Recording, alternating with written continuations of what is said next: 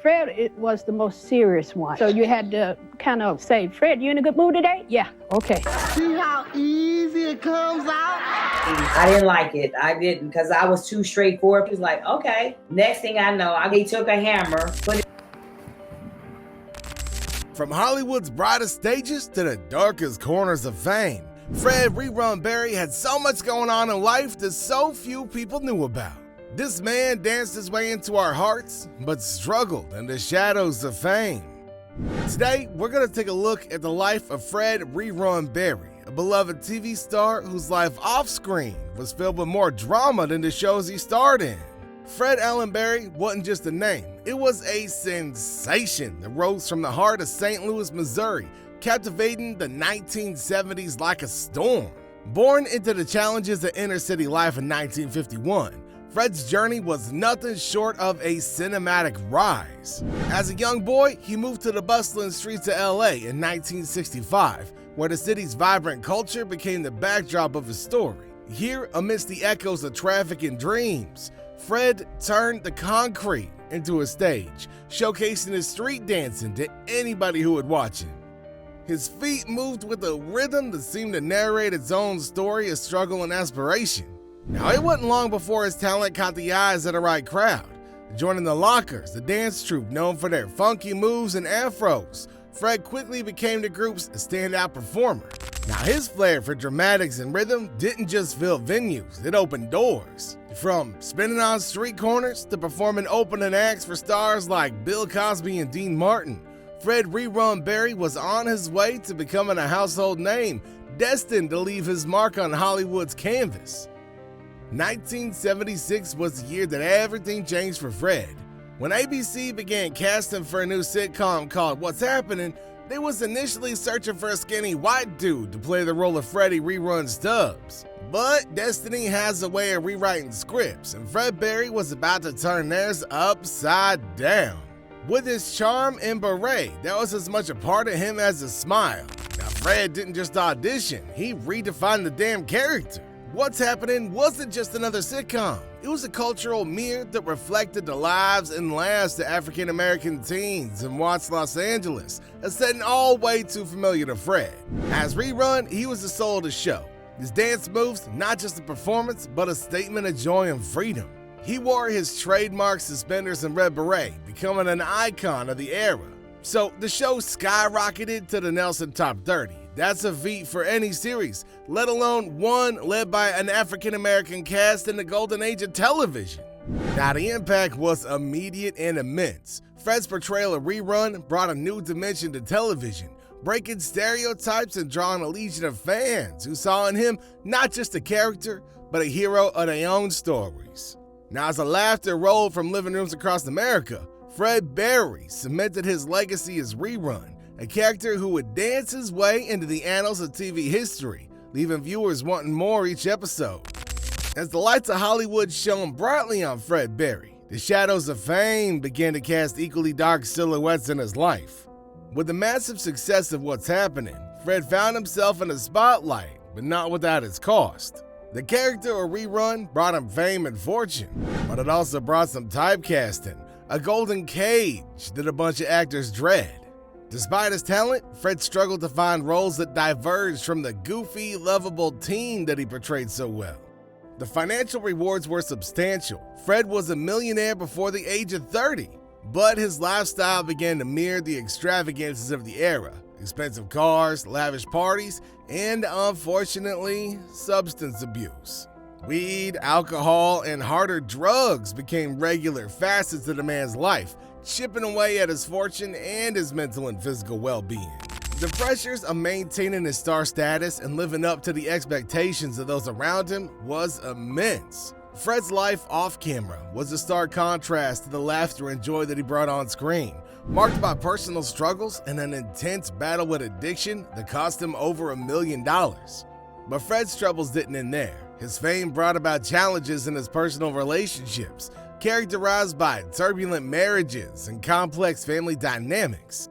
It seemed like the higher he rose, the harder he fell, with each peak in his career followed by a deeper valley in his personal life. The cost of fame wasn't just financial for Fred Berry, it was also deeply personal. Married 6 times to 4 different women, his romantic life was as tumultuous as his career was. Each marriage, each divorce seemed to echo the pattern of highs and lows that marked the man's life. Now, it was his final wife, Essie, who laid bare the darkest aspects of Fred's struggles.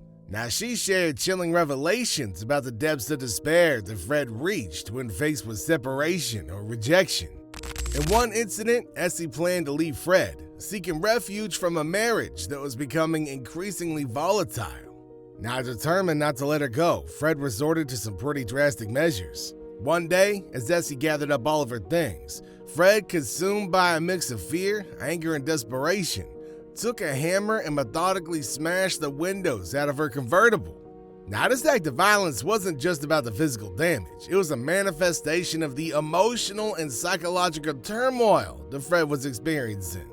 Now, he didn't just break the glass, he shattered the very foundation of trust and safety in a relationship. These revelations paint a portrait of a man who is deeply conflicted, struggling to reconcile his public persona with his private demons. Now, Fred's actions during these moments were cries for help and desperate attempts to hold on to a life that was slipping right through his fingers. The pain of his experiences was etched into his relationships, leaving a trail of brokenness that was hard to mend. Now, Essie's stories, shared with the world, offer a glimpse into the darker side of celebrity life, where the glitter of Hollywood often obscures the grittier, more painful realities faced by these in the spotlight. Freddie's rise to stardom was as rapid as it was mesmerizing, but the descent was equally swift and sobering. After the initial success of What's Happening, Fred faced the harsh realities of typecasting. As the laughter of audiences faded, the roles dwindled, and Fred found himself stranded on the shores of a fickle industry that quickly moved on to the next big thing. The show's cancellation in 1979 marked the beginning of a difficult period for Fred, filled with professional stagnation and personal turmoil. Despite these setbacks, Fred wasn't ready to step out of the limelight.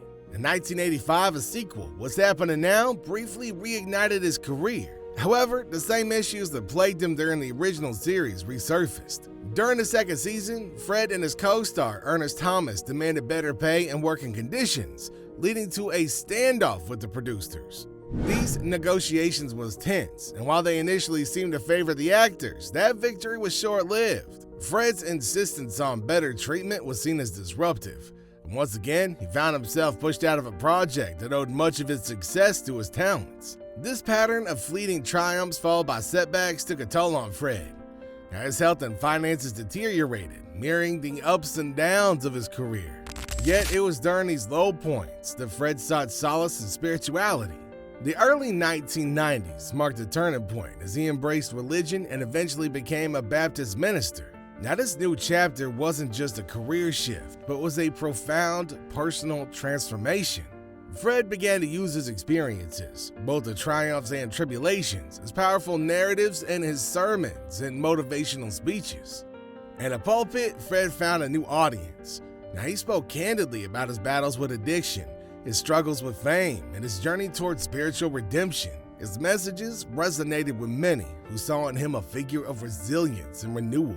Now, Fred also became actively involved in helping others overcome their own struggles too, particularly those dealing with substance abuse. His outreach was not just an act of giving back, but a therapeutic outlet for his own healing too. Fred Berry's final years were a testament to a man who had climbed to the heights of Hollywood and fallen into the shadows, only to rise again in a different light. His story is one of spectacular success and devastating setbacks, but also of a remarkable comeback through faith and determination. When Fred passed away in 2005, he left behind not just memories of Rerun's dance moves and laughter, but also a legacy of resilience, a message of hope for anybody facing their own battles against seemingly insurmountable odds. And that's the man whose laughter echoed across American living rooms, while behind those smiles lay a world of struggles and secrets. Did Fred's story change how you see the glittering facade of television stars? Drop your thoughts and reactions in the comments section down below. And until next time, keep peeling back the layers of the stories that you thought you knew.